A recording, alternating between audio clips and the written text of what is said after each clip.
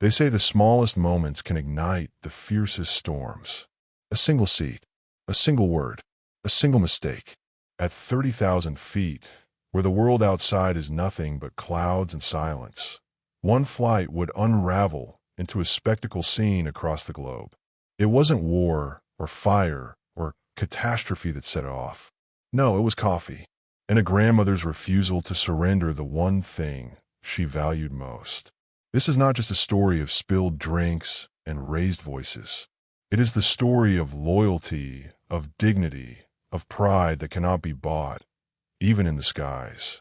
It is the story of how one woman's calm defiance shook an entire airline and ended a career in the process. It began, as storms often do, quietly, with boarding doors sealed, with passengers finding their seats, and with one grandmother, Eleanor Mayfield, claiming her place by the window. The boarding door hisses shut. The cabin lights dim to a soft, sterile glow, and the muted hum of engines begins to swell. Passengers shuffle into narrow rows, the quiet chorus of seatbelts clicking into place. And there, in the middle of it all, a woman moves with deliberate calm. She's not in a rush. She does not fumble or glance around for help. She knows exactly where she's going. Row 17, seat A, the window, her seat. Her name is Eleanor Mayfield, 72 years old, a grandmother with hair like spun silver and eyes sharp as the edge of glass. A floral scarf, knotted neatly at her throat, trails behind her as she lowers herself into the seat with practiced ease. The armrest creaks softly under her touch, as though it too recognizes her. For Eleanor, this isn't just another flight. It is a ritual. She always takes the window. She claims it not out of habit, but reverence. She gazes out as the tarmac scrolls past, as jet bridges detach like giant metal arms, as the world below shrinks into toy cities. To her, the window seat is freedom, and she guards it as fiercely as a queen guards her crown. Across the aisle, hidden in plain sight, another passenger watches. Harold, a man in his late 70s, his suit pressed though slightly dated, his hands folded too tightly in his lap. A retired watchmaker, his life once filled with gears and precision, he now times his life by flights. Flights that match hers. Flights he's booked not for destinations, but for the faint chance of sitting close to her. He has admired her for years, quietly, wordlessly. Her composure, her elegance, the way she holds her ground in silence. He knows her name only from passenger lists, but in his heart she has become more than a stranger. Today, he dares to dream of more. The engines whine, the cabin rattles. A flight attendant passes briskly, heels clicking on the thin carpet. Her name tag reads Clara. Sharp nose, clipped smile, eyes scanning the cabin like a drill sergeant inspecting troops. She is efficient, but she is also impatient. And Harold, nervous and hopeful, makes a request. A simple one. He wants the window seat. Clara pauses, glances at Eleanor, then back at Harold. Her jaw tightens. It's a small thing, a harmless thing, she thinks.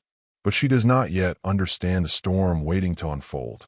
Eleanor is unaware of this quiet transaction, lost instead in the faint shimmer of heat rising off the runway.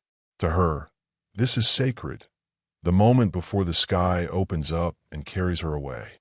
She has flown 1,000 times, and yet every takeoff feels like magic. But today that magic is about to fracture, because the seat she holds so dearly, the seat she has defended for a lifetime, is about to become the center of a conflict that will scorch more than just tempers. It will leave scars. And it all begins with a window seat. The cabin has settled into its rhythm. Overhead bins locked, seat belts buckled. The familiar ding of the captain's announcement fades into the hum of the engines. Passengers shift in their seats, pulling out books, adjusting neck pillows, scrolling phones. But in row 17, tension coils, silent and invisible, waiting to strike. Clara, the flight attendant, glides back down the aisle, her polished navy heels clicking in sync with her clipped pace. Her smile is rehearsed, thin as glass, and her eyes land on Eleanor. Row 17, seat A. The window. She stops, leans in. Her voice is polite, but her tone carries an edge. "Ma'am, I'll need you to move. There's a gentleman who would prefer your seat." Eleanor blinks, momentarily caught off guard. She folds her scarf neatly across her lap and looks up, her eyes steady. "I beg your pardon." Clara repeats herself, sharper this time. The passenger across the aisle. He like the window. "I'll need you to take his place." The words hang in the air. Eleanor studies Clara's expression, searching for warmth, for understanding, and finds none. Slowly, she shakes her head. "I'm sorry, dear. I chose this seat. I'll be staying here." A murmur ripples from the nearby rows. People glance up from screens, sensing something brewing. Clara's smile falters. Her voice drops lower, harder. "Ma'am, passengers of his status are—" She pauses, biting back the word prioritized. Eleanor straightens in her seat, her back no longer curved by age, but by resolve. "And what my status? Do my miles mean nothing? My years of loyalty, my flights with this airline when you were still in school?" Her words cut, not loud, but sharp. Clara shifts, her jaw tightening.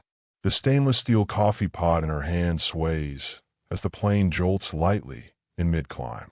She exhales through her nose, a flare of irritation breaking her practiced calm. The standoff grows heavy. Harold watches, frozen in guilt.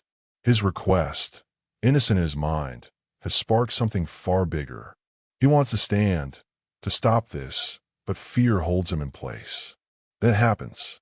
Clara sets the coffee pot onto the fold-out tray with more force than intended. The turbulence gives one sudden lurch, and the pot tips. A stream of dark, steaming liquid cascades forward, splashing across Eleanor's lap. She gasps, sharp and quick. The floral fabric of her skirt darkens instantly, the smell of bitter roast rising into the air. Passengers gasp, one covering his mouth with his hand. Phones are raised, lenses capturing every detail. Eleanor flinches, but she does not cry out.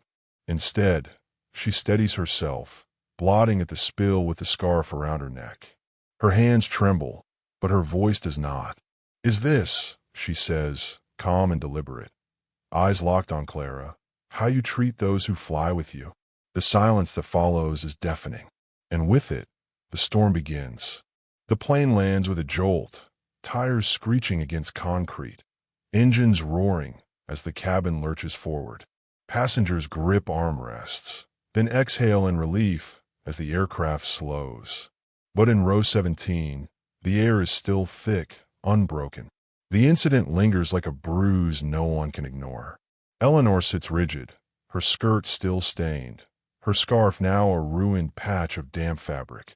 She stares out the window, not at the runway, not at the flashing beacons outside, but inward, into a place of memory and disappointment. For decades, she has trusted this airline. For decades, she has carried her loyalty like a second passport. And now, she feels the weight of betrayal pressing in on her chest. Around her, whispers build.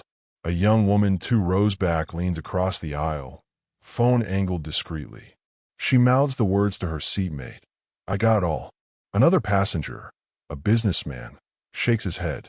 "Unbelievable," he mutters, already typing furiously into his phone. The cabin is no longer silent. It is a hive buzzing with outrage.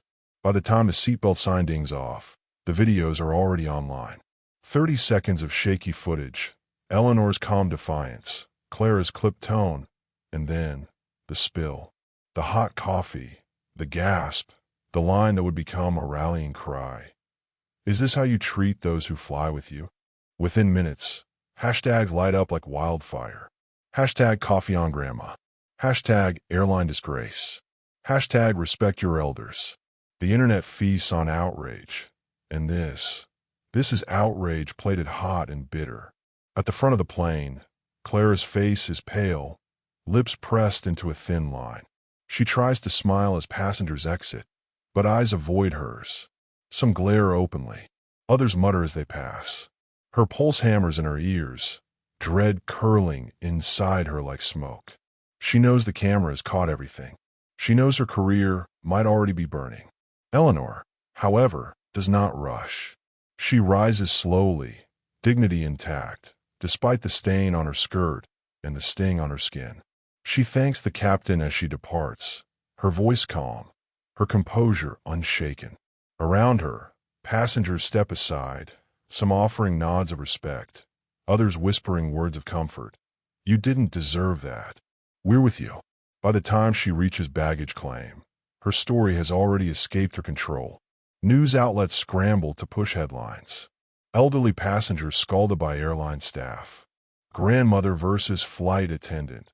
Loyalty betrayed. Television anchors replay the footage in stunned silence, then dissect it with fury. And then comes the twist. The airline digs deeper, scrambling to contain the fire. In Eleanor's records, they uncover the truth. She is not just another customer. She is a lifetime flyer, one of their most decorated passengers, with more than 1 million miles logged. In the 1980s, her smile even graced their promotional posters. Fly with us for life, the slogan read. She was the face of loyalty itself. And now, she has become the face of their shame. The storm had already broken by the time the airline's headquarters opened its glass doors the next morning. News vans circled outside. Reporters thrust microphones at anyone in uniform. The world had seen the footage, and the world had chosen sides. Inside, Clara sat stiff-backed in a sterile conference room.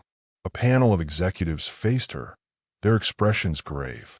The air smelled faintly of burnt coffee. Cruel irony.